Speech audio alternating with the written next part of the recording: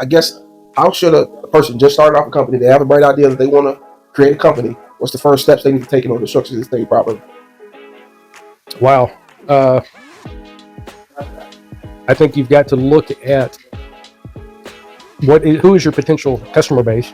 Okay. How are you going to appeal to that customer base? Because without a customer, it doesn't matter if you're the greatest cherry pie maker out there. You live in. If your customer base doesn't like pie, and specifically cherry pie, you don't have a business. You don't have a business. Yeah. So if they don't know you, they can't flow you. Yeah. So know your customers. Know how you're going to reach your customers. Know your cost to create your product. Man.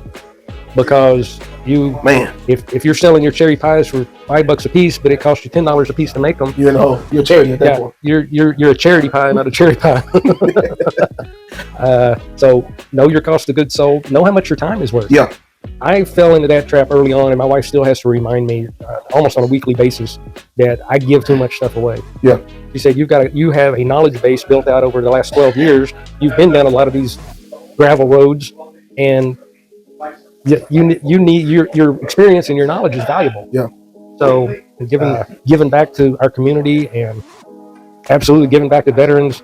But that goes back to, if you give everything away for free, nothing left for me. Then you don't have a business. Nothing left for me. So I encourage you to share and give stuff away, but know what your time is worth. Because your time, to me, is probably your most valuable asset. Yeah, I think man, you hit the nail on the coffin.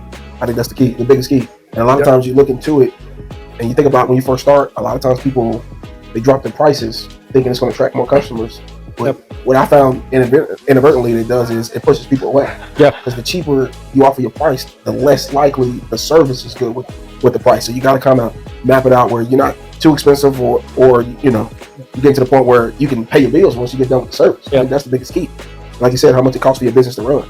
And I have seen a lot of good intentioned businesses and good product businesses cease to be able to exist because they did not know how much it costs to put that product or put that service out there. Man. So know what your cost of goods are. Structure yourself properly. I think that's how we started this, was how do you structure yourself?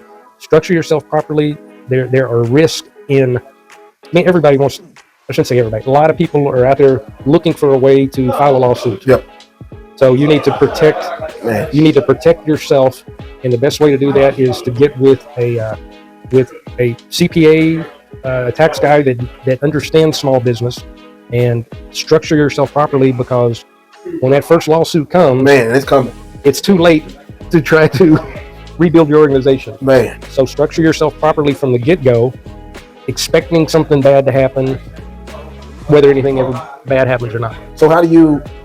So in order to protect yourself, what are some of the things you do to protect yourself and your company and your business? We have LLCs, without going too far into it, we have LLCs in states that provide us a layer of protection. We don't do anything in our personal name. We do it all through a properly structured LLC. We have insurance policies that cover us. A generic one would be an umbrella policy. So we have umbrella policies. We're in the real estate business, so we make sure that any real estate deal that we get into, because we're going to have contractors come onto our properties. We're going to have potential customers and buyers coming onto our properties. Yeah. We make sure we have the proper insurances in place, so that if anybody inadvertently gets hurt while they're on our property, that we have a mechanism to take care of whatever happened while they were on the property. And we only hire people that also have the proper insurance. So without going too deep, when you say you're protecting yourself, let's recap. You talked about starting companies in states that are private. Yes, that provide certain levels of anonymity. Okay. So you have those states. Can you give us a couple of those states? Nevada is a great state for a small business. Now, in the state of Texas, if you're selling a product, you still have to have a DBA for the state of Texas, because you have to pay your state sales tax. Okay. So I'm not suggesting you don't pay your taxes. Yeah. No, please pay your taxes. But that company can be a subsidiary of a parent company that is formed in Nevada, Wyoming. I tend to go towards the West Coast for my LLCs because I'm a private mom and pop business. A lot of people will go east for their incorporation. For public. But they're more public. Makes sense. They're publicly held entities. They have shares and shareholders. That makes sense. They may have investors. So they want to be public because they're trying to get more attention. Yeah. They're trying to get more. It makes sense. So the general rule of thumb is if you want to be private, family-owned business, go west. If you're trying to go public, go east. But regardless, get incorporated. So do not do anything that's public-facing, whether it's product or service, in your own name. Man, that's a lot. That's a lot to take in, but I think it's worth it. You got to rewind this video a couple times. Yeah, but I might have to watch it myself. So, but create an entity to do your business through. Makes sense. Know your customer and how you're going to reach them. Know your cost of goods, what it's going to take to put that product out there. And I guess, you hear it all the time, but under promise and over deliver. Over deliver. Never tell somebody you can do something that you can't do.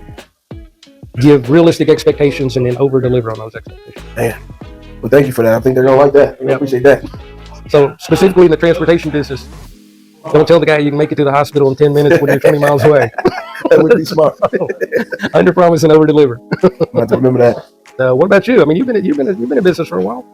What's some nuggets you can throw out to these folks? What I tell people, so for me, I don't know if it's similar for you. For me, and you talked about protection, I think that's the biggest key. Because once you start generating revenue, you no longer have an income issue. Now it's all about what's coming from outside the outcome. So for me, I normally structure it where I have a client-facing LLC, and then I normally have a holding LLC, and then whatever insurance, I normally have what they call an FMC, Family Management Company. Mm-hmm. That's normally another LLC, and it's all structured. And I have a management company where they all pay a management fee too. And a lot of small businesses that we've worked with are going into having a lot of that organization either run by or managed or overseen by a trust. Yeah. Oh man, we talking about full layer without diving deep. So I guess on the next video we're gonna have to take that and dive deep into it. That's gonna be a long topic. It's gonna be a long topic, and I am not in a position legally to be able to give anyone advice on how to set up a organization or a structure and put it into a trust. But there are people out there that can help you do that. Yep. Tap into your resources, man. So yeah, leave us a comment, ask us a question. We can direct you to the right people or people that we've used in the past. They'll probably be able to help you out. Follow, click the link below.